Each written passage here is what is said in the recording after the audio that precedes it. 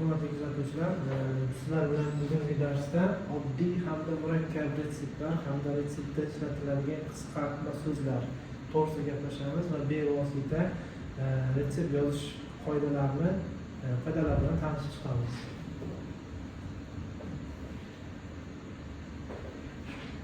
Darsimizning maqsadi retsept shakllari bilan talabalarni tanishtirish va har bir shakllar bo'yicha talabalarda yozish ko'nikmasini hosil qilish.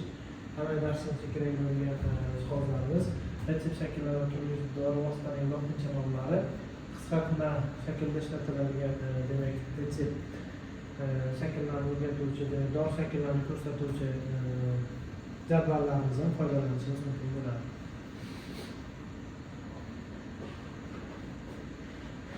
Sizlar bilan o'tgan darsda retseptning demak 6 ta qismlari bilan tanishib o'tgandik. Endi retseptning shakllariga o'tamiz, ya'ni oddiy va murakkab retseptlar hamda retseptning shakllari.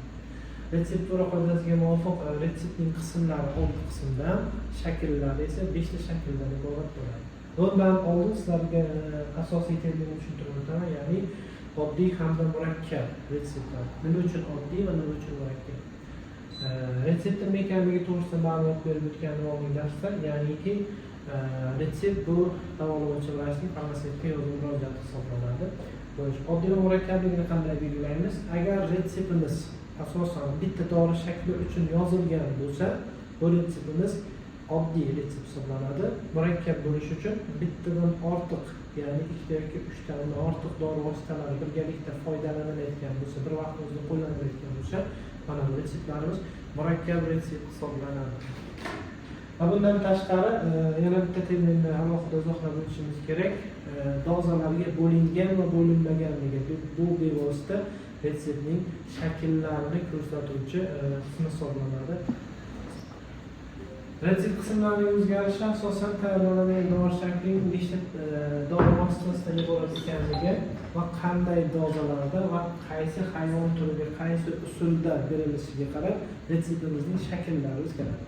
Ya'ni bitta hayvon turining o'ziga ham birinchi shakl, ham ikkinchi, ham uchinchi, ham to'rtinchi shakllarda biz retsept yozishimiz mumkin.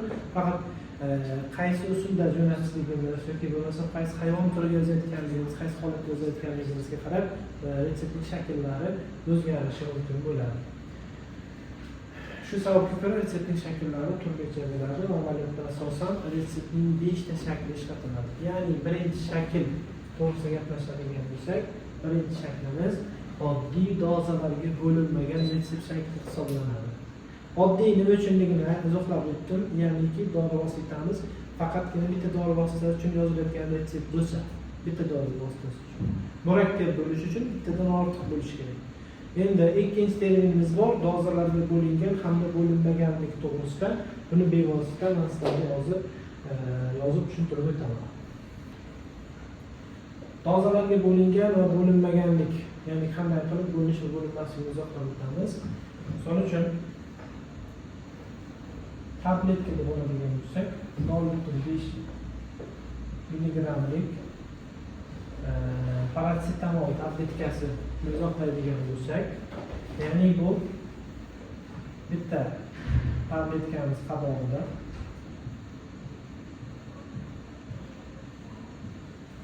10 ta tabletkani o'z ichiga oladi. Buni bittasi tabletkamizni bir donasi 0.5 milligram parasetamol oladigan bo'lsak, dozalarga bo'lingan terminni tushuntirib o'tyapman. Ya'ni bunda qanday bo'lishimiz mumkin? Dozalarga bo'lishda asosan biz ishlatamiz datertalis dozis nomeru. Bu nimani ifodalaydi? Ya'ni berilsin mana shuncha raqamda, mana shuncha qiymatda. Dozalarga bo'lishimiz uchun tasavvur qilaylik, mana parasetamol tabletkasi desak, 0.5 milligram bitta tabletkani saqlaydi. Mana bu 0.5 milligrammlik tabletkani iste'mol qilayotgan vaqtda, ya'ni bemor bevosita qabul qilayotgan vaqtda bitta dozani bittada qabul qiladi. Ya'ni bitta tabletkamiz bitta doza deb tasavvur qilayotgan bo'lsak, bir vaqtning o'zida tabletkamiz qabul qilish imkoniyati bor. Ya'ni bitta dozani bir vaqtning o'zida qabul qilish imkoniyati bor. Mana shu hisobga ko'ra buni biz bevosita dozalarga bo'lib olishimiz mumkin. Dozalarga bo'linmagan retsept nima deydigan bo'lsak, dozalarga bo'linmasligi uchun asosan qaynatma, damlama nastoykalarimiz bularni ayrim holatlarda foiz aniq bo'lmaydi. Ya'ni bunda damlama yoki qaynatma tayyorlagan vaqtingizda asosiy ta'sir etuvchining foizini bilmaysiz va 100 ml miqdorda damlama yoki qaynatma tayyorlagan bo'lsangiz, bu 100 ml ni siz bir vaqtni o'zida qabul qilmaysiz. Ya'ni tasavvur qilaylik. Stakanimizga 100 ml damlama tayyorlaganmiz. Bu damlamani shifokor bevosita 10 kun muddatga har kuni ertalab och qoringa 10 ml dan yozgan. Ya'niki siz bitta dozani qabul qilishingiz uchun mana bu 100 ml ni bir vaqtni o'zida qabul qilish imkoniyati bo'lishi kerak sizda va miqdor foizlari aniq ifodalangan bo'lishi kerak. Mana bu dozamizni 10 kun muddatda, ya'ni har kuni 10 ml dan qabul qiladigan bo'lsa, 10 kun muddatda qabul qiladi. Bitta tayyorlangan dori vositamizni bir vaqtning o'zida qabul qilish imkoniyati bo'lsa va foiz grammlari aniq holatda ifodalangan bo'lsa, dozaga bo'lishi mumkin. Lekin mana bu holatda bir vaqtni o'zida aytilgan dozani, dori vositani qabul qilish imkoniyati yo'qligi hisobiga mana bu dozamiz 10 ga bo'lib bo'lyapti. Shuning uchun bu suyuq shakldagi foiz va gram qiymati aniq bo'lmaganligi uchun bu qiymatimiz dozalarga bo'linmagan holatda bo'ladi. Birinchi shaklimiz to'g'risida bevosita gaplashib o'tirgan bo'lsak, men birinchi video darsimizda suhbat o'tgan vaqtimizda aytib o'tgandikki, ya'ni RWAP depozit hamda retseptlar so'zlarini qisqartmasdan olingan mana bu qisqartmamizni ko'rishimiz mumkin. Bu har doim retsept yozishdan avval doimiy qo'yilishi kerak bo'lgan belgi hisoblanadi. RWAP va 3 ta nuqta qo'yib o'tamiz.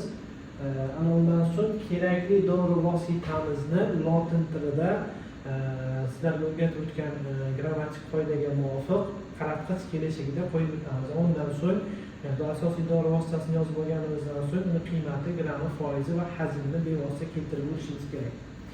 Ikkinchi qismi dasigna qismi hisoblanadi. Dasigna qismi retseptning qismlari bo'yicha 5-qismi hisoblanadi. Bu dori vositamizni qaysi usulda hayvonga yuborishni ko'rsatadigan qismi hamda mahalliy tilda yoziladigan qismi edi. Bu qismda qaysi usulda jo'natishimiz, qancha miqdorda, necha kun interval orasida jo'natishimiz batafsil yoziladigan, o'rgatadigan qismi edi. Ya'ni bu qismda o'sha retseptari qismida yozgan dori vositamizni lotincha nomini qancha miqdorda foydalanishligimiz va qanday usulda foydalanishligimiz kerakligi, ya'ni och qoringa yoki to'q qoringa yoki bo'lmasam ertalab yoki kechqurun mana bu xususiyatlarni aynan dasigna qismida keltirib o'tamiz. Misol keltiramiz, ya'ni bornik kislota mana bu holatda ko'rib o'tyapmiz. Mana 25 gram holatda olinyapti. Davomida yozib qo'yishimiz mumkin. Yana guttas, ya'ni tomchi holatda qancha tomchi kerak ekanligi retseptni to'g'ri yozgan vaqtimizda va dasigna qismini ko'rishimiz mumkin. Ko'zga har kuni 2 tomchidan 3 mahal foydalanish uchun. Endi bevosita mana bu shaklni o'zimiz yozib ko'rishimiz mumkin.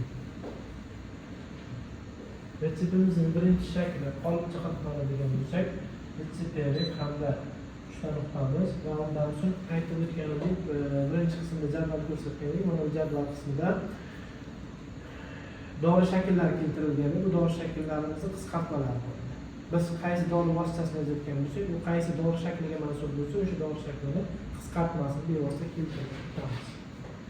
Bunda biz ko'pchilik holatda foydalanadigan natriy xlor infuziya eritmasini oladigan bo'lsak, aynan natriy xlor uchun birinchi shaklga retsept yozib ko'ramiz. Albatta, lotin tilida qaratqich kelishida foiz hamda grammlari keltirilgan holatda. RP bu retseptning prepozitiv qismi, undan so'ng designatsiya materiali qismi hisoblanadi. Ya'ni retseptning asosiy qismi dori vositasining lotincha nomi yoziladigan qismi hisoblanadi. Natriy xlorni oladigan bo'lsak, ya'ni infuziya eritmamiz 0.9% 200 ml hajmdagi oladigan bo'lsak, mana shuning uchun retsept yozib qo'yamiz. Mana bu holatda qisqartirilgan kimyoviy formula holatda yozmaymiz, ya'ni uzaytirilgan retseptlar qoidasiga muvofiq holatda yozib o'tamiz. Bunda natriy xlorimizni dori shakli eritma hisoblanadi. Eritma dori shaklimiz ya'ni 6-da solitsi holatda keladi. Bunda qisqartmasi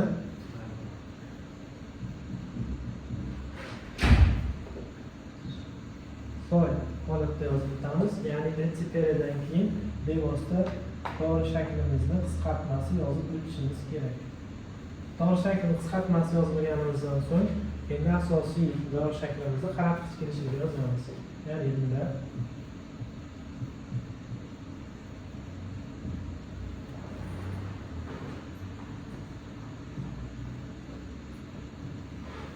natriy xloridi, ya'ni natr xloridning degan ma'noga keladi.